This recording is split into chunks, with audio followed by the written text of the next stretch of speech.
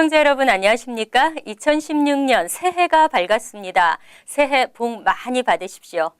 지난해 정말 많은 사건 사고와 함께 놀라고 분노하고 또는 함께 기뻐했습니다. 올 한 해는 한인 사회에 함께해서 더 기쁜 좋은 소식들이 풍성하기를 기대해 봅니다. 간혹 어려운 일이 있어도 함께 풀어가는 양보와 배려, 지혜를 배우는 한 해가 됐으면 합니다. 오늘도 채널 K뉴스 한 주간의 한인사회 주요 소식을 정리했습니다. 오늘의 첫 소식입니다. 재외국민 유권자 등록의 마감 시한이 점점 다가오고 있습니다. 하지만 현재 등록률은 1% 선으로 저조합니다. 효율적인 유권자 등록 홍보가 필요하다는 지적입니다. 어제 뉴욕 총영사관에 따르면 지난 11월 15일 유권자 등록이 개시된 후 현재까지 총 1,357명이 등록을 마친 것으로 집계됐습니다. 영주권자인 재외선거인이 224명, 유학생과 지상사 직원 등 국외 부재자가 1,133명 등입니다. 뉴욕 총영사관 관할 지역의 전체 유권자 11만 5,359명에 비하면 1.2%에 불과합니다. 접수 방식별로 분류하면 인터넷 접수가 764건으로 가장 많았고 공관 방문 접수 368건, 순회 접수 225건 등의 순이었습니다. 뉴욕 총영사관은 매 주말마다 대형 한인교회와 마트 등을 직접 방문하고 현장 접수를 실시하는 고육지책을 쓰고 있지만 그다지 큰 효과를 보진 못했습니다. 더구나 올해 처음 도입된 인터넷 신청까지 예상보다 기대에 부응하지 못하면서 보다 효율적인 홍보 방법을 강구해야 한다는 지적도 나오고 있습니다. 이에 대해 뉴욕 총영사관의 이환규 재외선거관은 현재 겨울방학 중인 대학이 내년 초 개학하면 각 대학 한인 학생회와 연계하고 적극 홍보 활동을 실시할 것이라며 새해에는 등록자가 크게 증가할 것으로 기대한다고 전했습니다. 지난 29일 낮 뉴저지 그랜드 애비뉴에서 한인이 운전하던 차량이 서로 충돌하는 교통사고가 발생했습니다. 사고가 발생한 이 지역은 사고 다발 지역으로 타운 측에 신호등 설치 등 대책 마련을 요구했지만 문제 해결은 되지 않고 있습니다. 정세진 기자가 보도합니다. 오늘 오전 11시 50분경 뉴저지 팰리세이즈 팍 루비 애비뉴에서 그랜드 애비뉴 북쪽 방향으로 좌회전하던 소형 SUV 차량이 직진하던 승용차와 충돌하는 사고가 발생했습니다. 한인 여성이 운전하던 승용차는 충돌 후 빗길을 회전하면서 중앙선을 넘어 맞은편에 오던 대형 트럭과 부딪혔습니다. 하마터면 대형 사고가 발생할 뻔했습니다.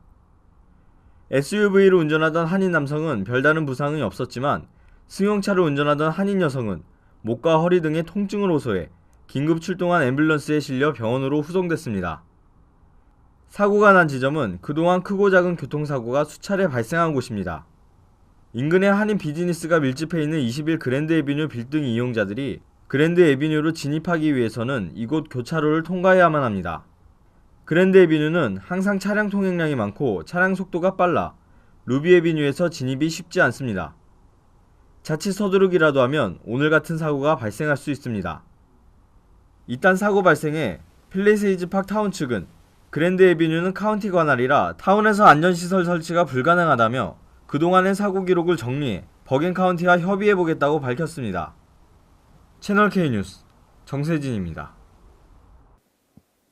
저소득층에게 기본 생활을 보장해주는 한국의 국민기초생활보장법이 대상자를 명확하게 제한하기로 했습니다. 재외국민과 거주 불명자는 수급 대상에서 제외됩니다. 한국보건복지부는 29일 국민기초생활보장법 시행령 일부 개정안이 국무회의에서 의결 심의됐다고 밝혔습니다. 개정안은 국민기초생활수급 및 자격 단위인 개별 가구의 범위를 명확히 규정했습니다.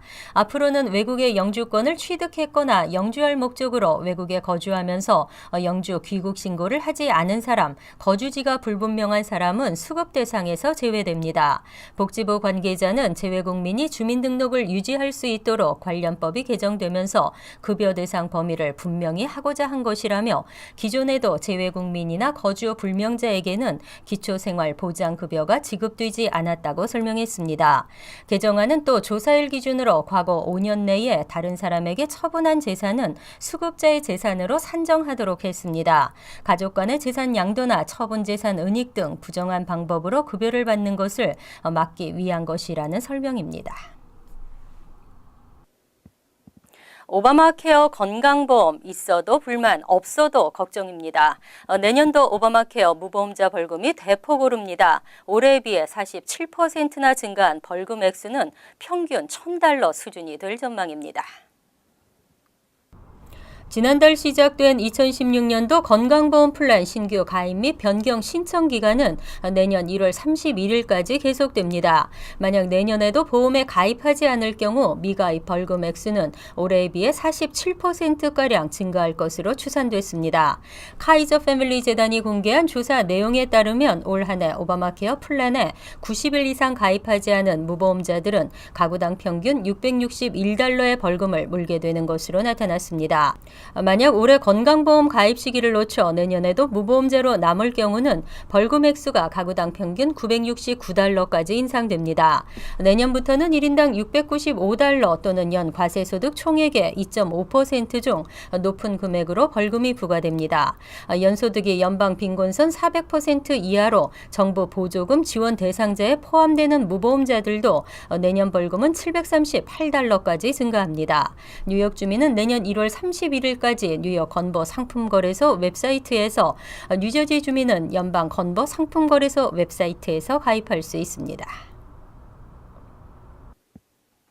내년 노동허가 I-140의 수혜자가 15만여 명으로 추산됐습니다. 하지만 실제 신청 자격이 되는 취업이민 대기자는 이보다 더 많을 것으로 추산됩니다. 연방이민서비스국은 영주권 신청서를 접수하기 전 취업이민 청원서 승인만으로 노동허가증을 받을 수 있도록 한 규칙 개정안이 내년에 시행되면 15만 5,067명이 혜택을 받을 것으로 추산했습니다. 여기에는 I-140 신청자와 배우자, 자녀 등 동반 가족들이 포함됩니다.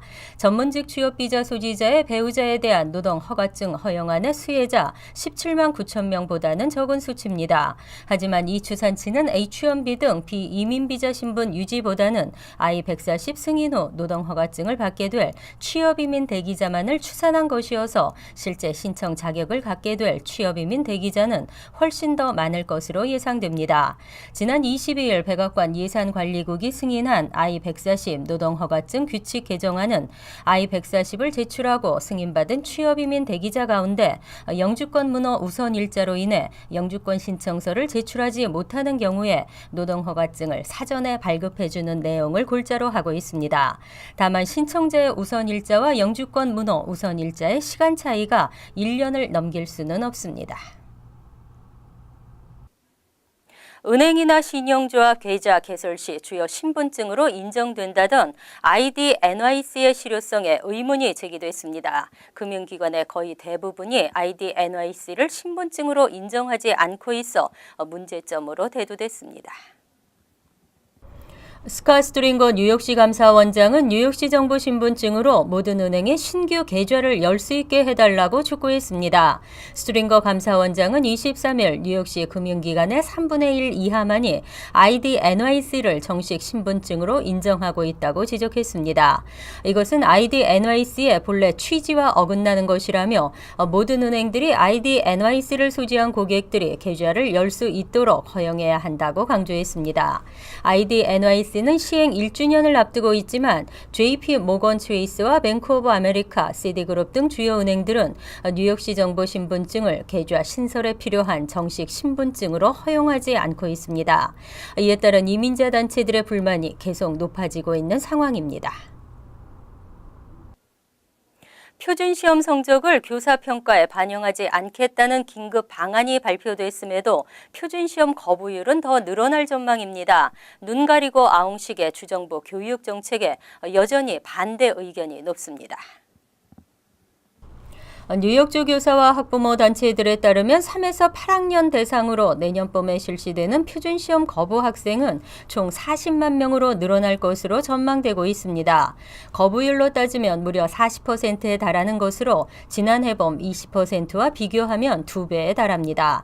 지난 11일 앤드류 쿠오모 주지사는 2010년 주정부에서 채택한 공통교과과정과 표준시험 개편을 골자로 하는 권고안을 공통교과과정위원회에 제출했습니다. 있습니다. 주 교육 정책을 주관하는 리전트 위원회는 지난 15일 오는 2019에서 2020학년도까지는 표준 시험 성적을 교사 평가에 반영하지 않겠다는 긴급 방안을 채택했습니다. 하지만 이 방안에는 교사 평가에 표준 시험 결과를 직접적으로 반영하지 않는 대신 결과 향상 점수를 주의 차원에서 매년 반영하겠다는 내용이 담겨 있습니다.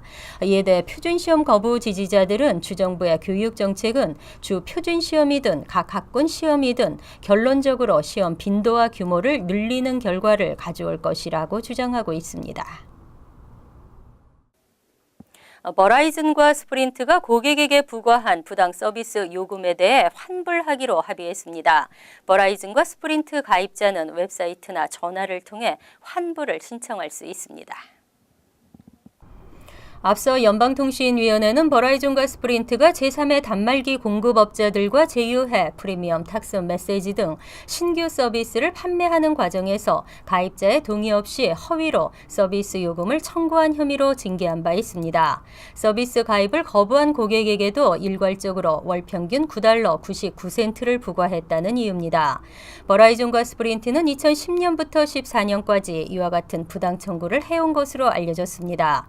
이에 연방통신위원회는 양사에 환급을 지시했지만 제대로 환급 약속이 지켜지지 않고 있다는 가입자들의 불만에 따라 버라이즌과 스프린트사에 각각 $9천만, $6,800만 배상하기로 합의했습니다.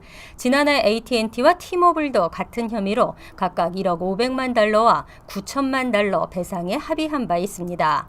자신이 배상을 받을 수 있다고 생각하는 버라이즌과 스프린트 가입자는 웹사이트나 전화를 통해 환불을 신청할 수 있습니다. 한일 외무장관 회담에서 위안부 문제가 최종적 그리고 불가역적으로 해결됐다고 합니다. 미국은 새해 희소식이라 했고 반기문 총장은 이번 합의로 한일 관계를 개선시키려 노력하는 박근혜 대통령의 리더십을 높이 평가한다고 했습니다.